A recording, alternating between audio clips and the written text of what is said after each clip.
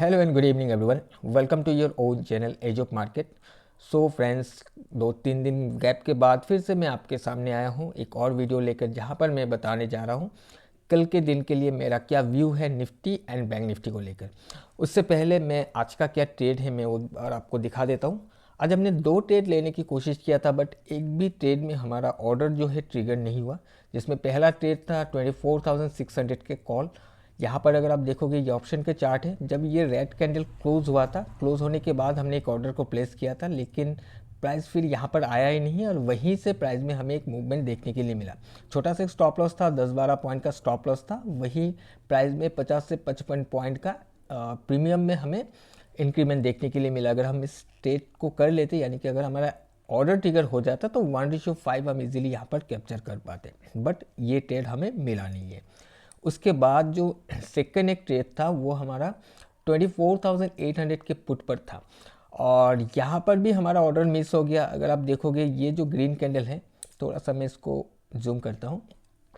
इस red candle closing के बाद जब ये ग्रीन कैंडल चल रहा था, मैंने इसका क्लोजिंग का भी वेट नहीं किया। जब प्राइस चल रहा था तभी ऑर्डर को प्लेस किया था, बट अनफॉर्चुनेटली प्राइस इस लेवल पर आया ही नहीं, ऊपर ही ट्रेड करता रहेगा और वहीं से एक बहुत बड़ा मूवमेंट हमें देखने के लिए मिला है। सो यहाँ पर हमारा शॉर्ट करने का रीज़न, अगर मैं यहाँ पर इस साइड में आपको इंडेक्स के चार्ट पर दिखाऊँ, तो इंडेक्स जब प्राइस हायर हाई करके ऊपर जा रहा था, इस एरिया पर हमें थोड़ा सा स्ट्रेंथ घटता हुआ दिखा और एक रेजिस्टेंस एरिया भी था, जहाँ पर हिट करने के बाद जो वॉल्यूम है, वॉल्यूम का ब्रेकआउट देखने के लिए मिला एंड प्राइस का मूवमेंट जो है डाउन साइड में चेंज होता हुआ दिखा। उसके बाद प्राइस ने यहाँ पर स्ट्रक्चर को भी चेंज किया, जिस वजह से हमें ये समझ में आया कहीं ना कहीं प्राइस में फिर से वीकनेस आ गया है और इसी एरिया को हमने चूज़ किया था एंट्री बनाने के लिए। जो फिर प्राइस यहाँ पर आया भी था, लेकिन हमारा यहाँ पर एंट्री मिस हो गया।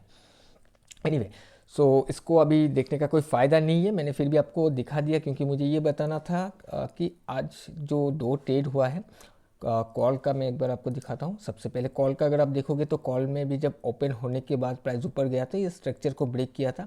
प्राइस जब नीचे आया, इस ऑर्डर ये जो डिमांड कैंडल है, इस कैंडल पर हिट करके ऊपर क्लोज हो गया था, जिस वजह से हमें समझ में आया कि प्राइस में अपसाइड का मूवमेंट होना चाहिए, क्योंकि इसने हायर हाई भी कर दिया था और जिस वजह से हमने ऑर्डर को प्लेस किया था, ये मिला नहीं। एंड पुट साइड को लेने का रीज़न ये है कि एक रेजिस्टेंस पर हिट करने के बाद इसने अपने स्ट्रक्चर को चेंज करके नीचे आ गया था, तो फिर यही एरिया होता है जहाँ से प्राइस को फिर से गिरना चाहिए और वहाँ तक प्राइस गया भी था, बट हमारा ऑर्डर मिस हो गया। अब चलिए हम चार्ट पर चलते हैं एंड देखते हैं कि कल के दिन के लिए हम क्या कर सकते हैं।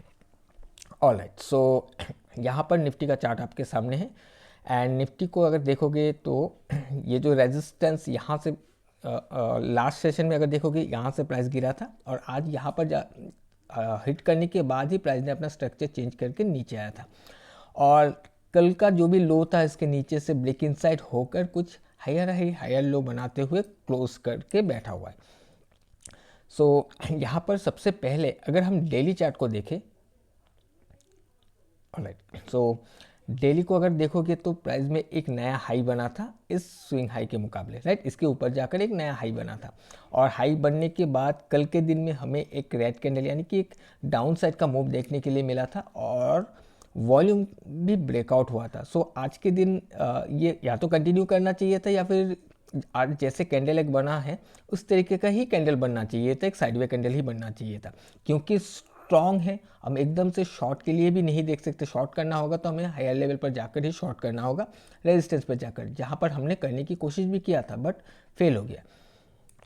अब अगर हम डेली चार्ट को देखें तो डेली चार्ट में हमें ये समझ में आ रहा है कि कल के दिन में इतना बड़ा वॉल्यूम आया था, ब्रेकआउट आया था, उसके बाद भी आज प्राइस कंटिन्यू नहीं कर पाया एंड प्राइस नीचे से ब्रेक इनसाइड होकर क्लोज हुआ है। सो इसका मतलब ये है कि कल का जो भी लो है, ये लो सपोर्ट का काम कर रहा है। इसका ब्रेकडाउन होता है तो ही हमें प्राइस में डाउन साइड का मूव देखने के लिए मिल सकता है और कहीं ना कहीं ये जो एक येलो एरिया देख रहे हो, यहाँ तक एक सपोर्ट या फिर डिमांड लेवल है, यहाँ तक आने की कोशिश भी कर सकते हैं अगर ये सपोर्ट को ब्रेक करता है। अदरवाइज अभी हम माइक्रो में चलते हैं। अदरवाइज ये सपोर्ट अगर डिफेंड हो जाता है, कहीं यहाँ कहीं ओपन होता है कल के दिन, क्योंकि और आज ऑलरेडी है ऐसे करके क्लोज किया हुआ है। यहाँ कहीं ओपन होता है तो प्राइस में अगर थोड़ा सा रिट्रेसमेंट दिखता है और इसी लेग में कहीं से भी ये सपोर्ट बिल्ड करता है तो हम लॉन्ग के लिए प्लान करके चल सकते हैं। ये ब्रेक होगा तभी हमें वीकनेस देखने के लिए मिलेगा, अदरवाइज हम लॉन्ग डायरेक्शन के लिए जाने की कोशिश कर सकते हैं। और अगर ये चलता है, देखिए अभी तक एक मुझे जो लग रहा है, मुझे जो दिख रहा है, ये 25,000 के लेवल के आसपास से ये प्राइस में हमें एक डाउन साइड का मूवमेंट देखने के लिए मिला है। तो एक बार शायद ये एक बार फिर से 25,000 तक जाने की कोशिश कर सकता है, राइट, हो सकता है ऐसा। तो मेरा ये व्यू है, अगर प्राइस हमें कंफर्म करता है तो हम लॉन्ग साइड के लिए आराम से ट्रेड करके चल सकते हैं। और ये जो भी रेजिस्टेंस जहाँ से गिरा था ये ब्रेक हो जाना चाहिए। और डाउन साइड के लिए मैंने बताया कि इसके नीचे ही हम कर सकते हैं शॉर्ट साइड के लिए। एंड इसके अलावा अगर प्राइस में एक गैप अप, बहुत बड़ा गैप अप दिखता है या फिर ओपन होते ही एक स्ट्रॉन्ग मूव देखने के लिए मिलता है, एक तरफा मूव, और यहाँ कहीं पर से जो एक ये जो वीक देख रहे हो जहाँ से एक सप्लाई आया था, यहाँ पर जाने के बाद अगर प्राइस में फिर से वीकनेस दिखता है तो हम वहाँ से डाउन साइड का भी प्लान कर सकते हैं। कहीं ना कहीं एक बार फिर से इस वाले लेग तक आने की ये कोशिश कर सकता है सपोर्ट लेने के लिए। ओके, आई होप कि आपको समझ में आया होगा क्या प्लानिंग करके चल रहे हैं हम।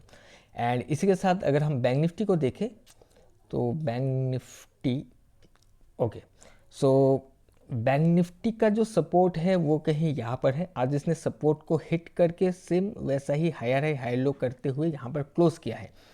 एंड अगर इसी के साथ देखोगे कल का जो भी लो है, इसके लो के नीचे आज इसका क्लोजिंग है।